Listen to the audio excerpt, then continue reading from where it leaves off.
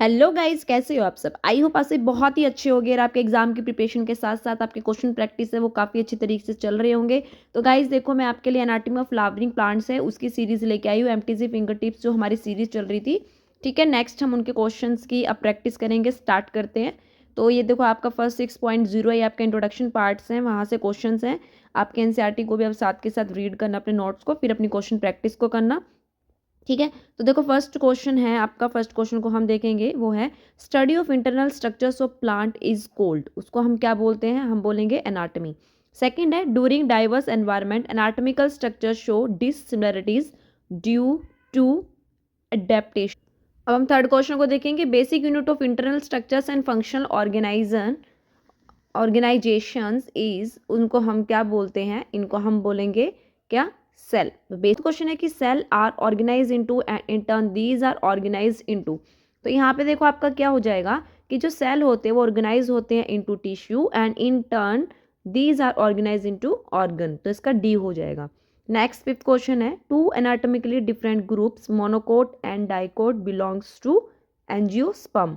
Tissue वाला part start हो जाएगा कि जो मेरिस्टेमेटिक टिश्यू है आर कंपोज्ड ऑफ, जो मेरिस्टेमेटिक टिश्यूज होते हैं वो कंपोज्ड होते हैं किसके, तो यहाँ पे देखो immature cell with power to divide, तो इसका डी हो जाएगा। सेवंथ है कि select the option that correctly identified that, labelling है आपका ये ए बी सी डी।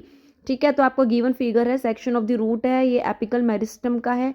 तो आपको देखना है ए बी सी में से कौन से पार्ट। तो देखो ए यहाँ पे आपका कॉर्टेक्स हो जाएगा, ठीक है, और अगर बी की बात करी जाए तो वो प्रोटोडर्मा हो जाएगा आपका, ठीक, और सी यहाँ पे आपका रूट कैप हो जाएगा। तो हम देखेंगे इसमें राइट आंसर कौन सा हो जाएगा। तो देखो यहाँ पे जो राइट आंसर हो जाएगा वो आपका यहाँ पे हो जाएगा ये वाला, ए वाला पार्ट। ठीक है, कि ए आपका कॉर्टेक्स था, B protoderm and C root cap. Eight question को देखो, identify the given figure and select the correct option A B C. आपको आइडेंटिफाई करना है ए बी सी में से कौन सा आपका राइट हो जाएगा। तो यहाँ पे हम देखेंगे कि देखो ए क्या है, एक आपका लीफ प्राइमोडियम है, बी की बात करें तो बी मेरिस्मेटिक जोन है, सी की बात करें तो सी एक्सिलरी बड है। तो इसका जो राइट आंसर हो जाएगा आपका ये बी हो जाएगा। 9 देखो, both apical meristem and intercalary meristem है आर मेरिस्टम। तो जो एपिकल मेरिस्टम है और इंटरकैलरी मेरिस्टम है वो कौन से मेरिस्टम कहलाए जाते हैं, तो वो हमारे प्राइमरी होते हैं। 10th क्वेश्चन है रीड दी फॉलोइंग स्टेटमेंट, को आपको रीड करना है, रिगार्डिंग है वो मेरिस्मेटिक सेल के, एंड आपको सेलेक्ट करना है करेक्ट वंस। तो हम स्टेटमेंट को पहले रीड करेंगे, फिर हम देखेंगे इसमें से कौन सी करेक्ट हो जाएगी। तो फर्स्ट है cell possesses the ability to grow and divide. Second है primary meristem appear already in life of a plant. Third है axillary buds are left behind cells of root apical meristem. तो देखो यहाँ पे आपको करेक्ट स्टेटमेंट देखनी थी, तो करेक्ट स्टेटमेंट आपकी यहाँ पे फर्स्ट एंड सेकंड हो जाएगी। क्योंकि फर्स्ट और सेकंड इसलिए हो जाएगी, थर्ड क्यों नहीं है, क्योंकि जो फॉर्मेशन होती है ना लीव्स की एंड इलोंगेशन ऑफ स्टेम की, तो सम सेल्स होते हैं वो लेफ्ट बिहाइंड रहते हैं फ्रॉम शूट एपिकल मेरिस्टम, जो कंस्टिट्यूट करते हैं एक्सिलरी बड को। 11th क्वेश्चन है कि the growth of root and stem in length with the help of apical meristem is called. जो ग्रोथ हो रही है रूट की एंड स्टेम की इन लेंथ में, तो वो किसकी, with the help of apical meristem, तो वो हमारा क्या होता है, उसको हम बोलते हैं ए प्राइमरी ग्रोथ। 12th है vascular cambium and cork cambium है, वो एग्जाम्पल है किसके, वास्कुलर कैम्बियम। अगर हम कॉर्क कैम्बियम की बात करें तो ये हमारे होते हैं लेटरल मेरिस्टम के एग्जाम। 13th क्वेश्चन को देखो, इनकरेक्ट स्टेटमेंट को सिलेक्ट करना है, हम स्टेटमेंट को रीड आउट करेंगे। ए है shoot apical meristem occupy the distant most region of the stem axis. B है lateral meristem occur in the grasses and regenerate parts removed by grazing herbivores. C है fascicular vascular cambium and interfascicular cambium are responsible for producing the secondary tissue, and D है permanent tissue lost the ability to divide।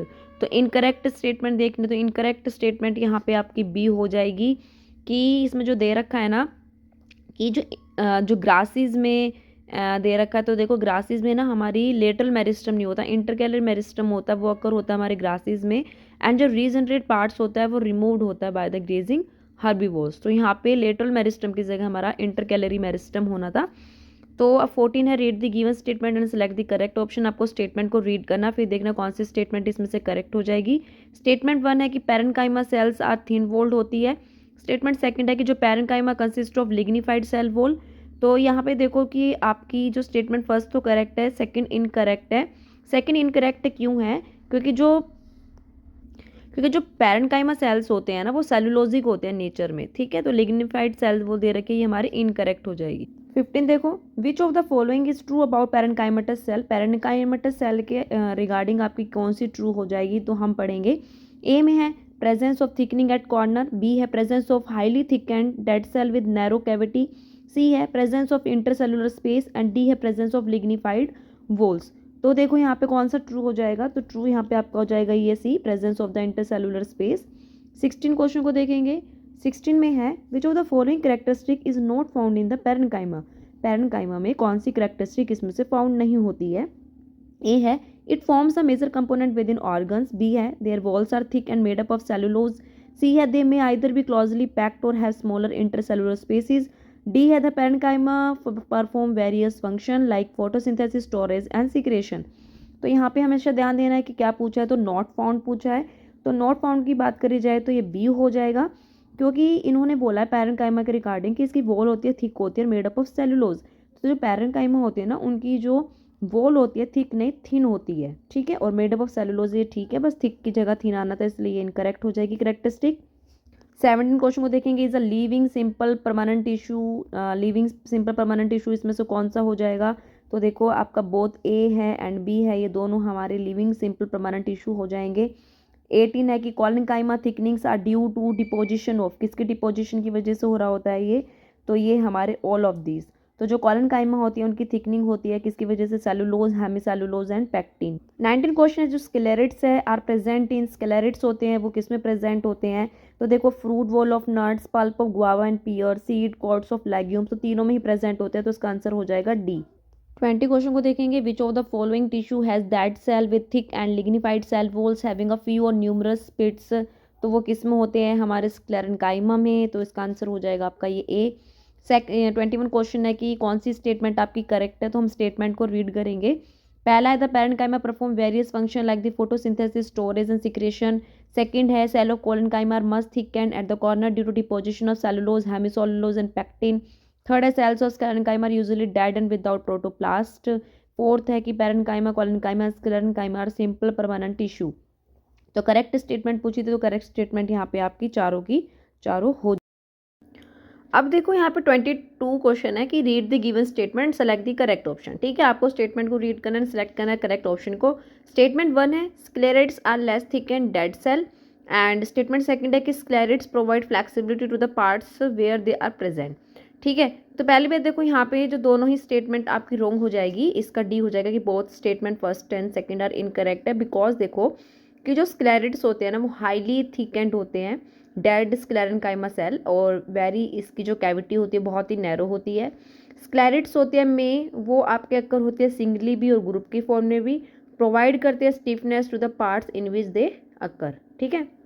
Next 23 question है the given figure show which of the following. ये आपको एक figure दिया हुआ है और आपको देखना है कि ये फिगर किस चीज़ का है, तो देखो ये फिगर आपका है जाइलम वेसल का। नेक्स्ट है 24 question all the xylem elements when mature are dead except, तो कौन सा हो जाएगा, इसमें आपका हो जाएगा जाइलम पैरेन्काइमा।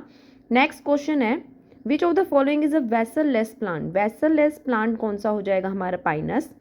ये आपका 26 क्वेश्चन है कि in endarch condition of xylem protoxylem lie metaxylem, तो कौन सी एंडार्क कंडीशन में जाइलम प्रोटोजाइलम होते हैं, वो हमारे लाई कर रहे होते हैं inner side, on inner side metaxylem, ठीक है। अब 27 क्वेश्चन है in protoxylem lies towards periphery, metaxylem lies towards centre, such an arrangement of primary xylem, उसको हम क्या बोलते हैं। तो यहाँ पे देखो कि जो इन रूट में जो प्रोटोजाइलम होते लाई करते हैं towards periphery and metaxylem light towards centre and such an arrangement of primary xylem, उसको हम कहते हैं एग्जैक्ट कंडीशन। तो इसका जो राइट आंसर हो जाएगा आपका ये डी हो जाएगा।